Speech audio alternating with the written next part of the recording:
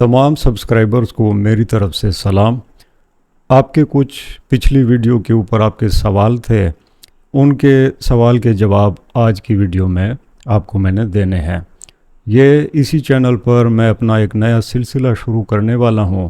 جو بھی نئی ویڈیو ہوگی اور اس کے اوپر آپ کے کمنٹس میں سوال ہوں گے، ان کے میں بدھ کے دن آپ کو جواب دوں گا۔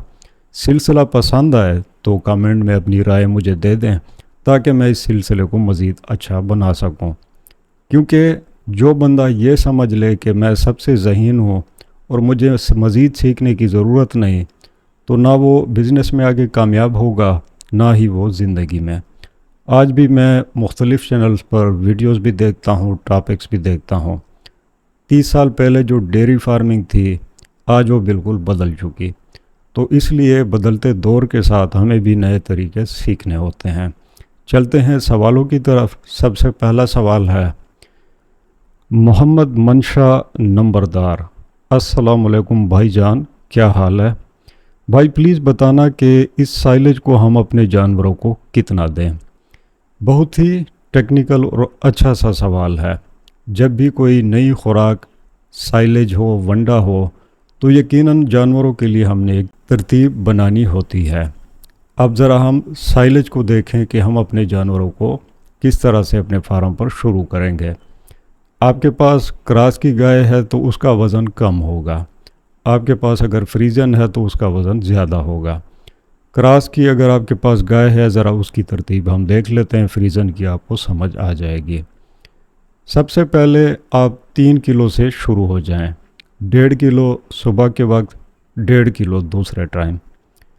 1.5 کلو 2 دن کھلانے کے بعد جانور کو دیکھیں، اگر اسے موشن نہیں لگے، خراب نہیں ہوا، 1.5 کے بجائے آپ نے اسے 2 کلو صبح اور 2 کلو دوسرے ٹائم کر دینا ہے۔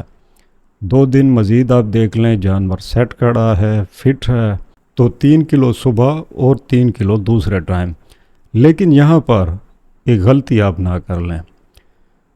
خوراک اگر آپ نے بڑھا دی اور جانور نے دودھ زیادہ نہیں کیا تو بس وہاں پر آپ نے رک جانا ہے۔ ڈیری فارمنگ کا بزنس ہے، آپ نے اپنے فارم پر ہاتھی تیار نہیں کرنے۔ بہت نئے شوقین حضرات اس بیوقوفی میں چلے جاتے ہیں کہ جانور کو بڑا دے کر خوش ہو جاتے ہیں۔ بڑا ہوگا، اس سے آپ کا منافع نہیں ہوگا، آپ نے اس جانور سے دودھ لینا ہے۔ تو خوراک کو دودھ کے حساب سے ہمیشہ آپ نے رکھنا ہے۔ جانور نے دودھ زیادہ کرنا بند کر دیا تو وہی آپ 4 کلو کے اوپر رک جائیں۔ کوئی اضافی خوراک دینے سے آپ کو کوئی شاباشی نہیں ملنے والی اور نہ ہی آپ کو کوئی فائدہ۔ بہت ہی اچھا سوال تھا۔ چلتے ہیں اپنے دوسرے سوال کی طرف۔ رحمان بھائی کا سوال ہے، بھائی یہ چقندر کا چھلکا میں شوگر مل سے 10 من لیتا ہوں، بعد میں اس کا وزن کتنا ہو جائے گا؟ بہت ہی زبردست سوال ہے، کیونکہ جو ہی شوگر مل کا چھلکا آپ کے فارم پہ آ جاتا ہے اور آپ اسے سائلیج بناتے ہیں، یہ بالکل اچار کی طرح پروسیس ہوتا ہے۔ یعنی جو چھلکے کا رس ہوگا وہ اسے نکل جاتا ہے اور باقی ہمارے پاس سائلیج بچ جاتا ہے۔ نوٹ اگر آپ نے کرنا ہے کہ وزن میں کتنا فرق آیا ہے تو آپ کا جو ورکر ہے اسے یہی کہیں کہ ہر روز آپ نے وہاں پہ رجسٹر پر درج کرنا ہوگا کہ کتنے کلو آپ نے ڈالے ہیں۔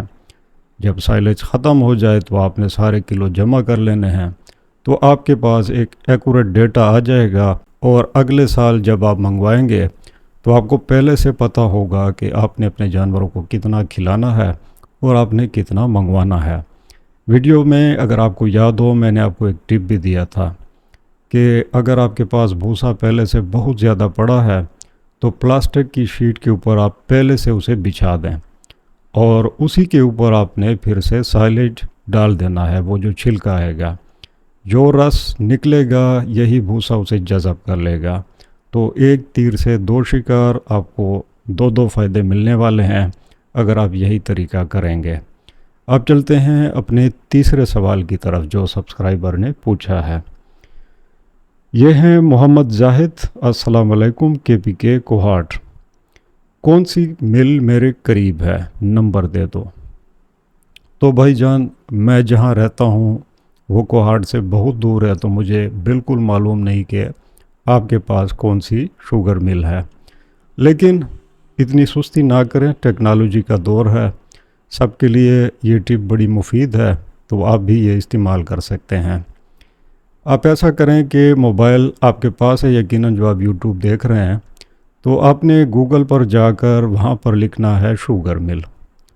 شوگر مل لکھتے ہی گوگل آپ کے پاس 3-4 مل آپ کو دکھا دے گا کہ کون سی مل آپ کے قریب ہے، کلومیٹرز بھی بتائے گا، اور اگر آپ نے نمبر دیکھنے ہیں تو وہاں کلک کر دیں تو وہ آپ کو شوگر مل کے نمبر بھی دے دے گا۔ ساری معلومات آپ کے جیب میں ہے، اس لیے ٹیکنالوجی کا اچھا استعمال کریں گے تو آپ کو اس کا بہت ہی اچھا فائدہ ملنے والا ہے۔ چلتے ہیں ایک چوتھے سوال کی طرف۔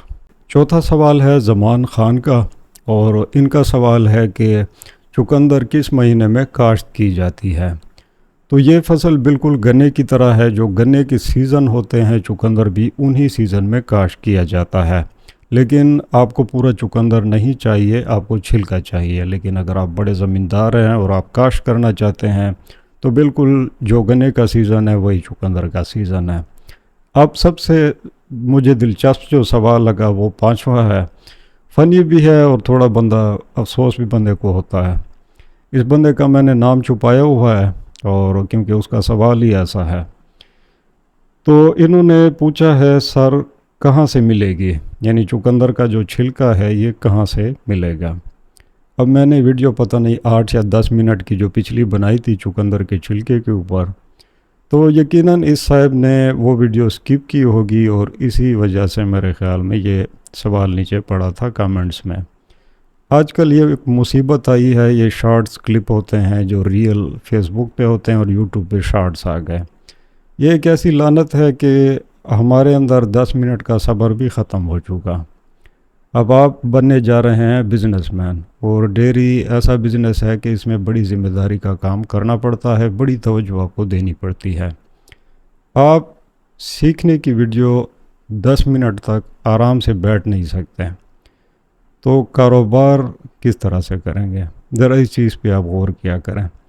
تو اس لیے آپ سے میری التجا ہے، ویڈیوز کو آگ لگائیں، جو بھی کام کریں بڑی توجہ سے کریں، اور جو وقت دے رہے ہیں اسے پورا انصاف سے دیکھا کریں۔ یقیناً جو کچھ سیکھیں گے وہ آپ کے لیے فائدہ مند ہوگا، نہیں سیکھیں گے تو پھر اس قسم کے سوال کریں گے، اور پھر آپ کی زندگی بھی ایسی کی تیسی ہو جائے گی۔ تو آپ اپنی رائے مجھے دے دیں، کیونکہ یہ چینل آپ ہی کے بدولت چلتا ہے، اور اگر آپ کو یہ سلسلہ پسند آتا ہے سوال جواب کا، تو جو بھی میں ویڈیو کروں گا اس کے جو آپ کے کامنٹس ہوں گے ان کے سارے جواب آپ کو بدھ کے دن انشاءاللہ ایک اور اس قسم کی ویڈیو میں آپ کو ملیں گے۔ آپ کی پیار کا اور سپورٹ کا شکریہ۔ مجھے اجازت، اللہ حافظ۔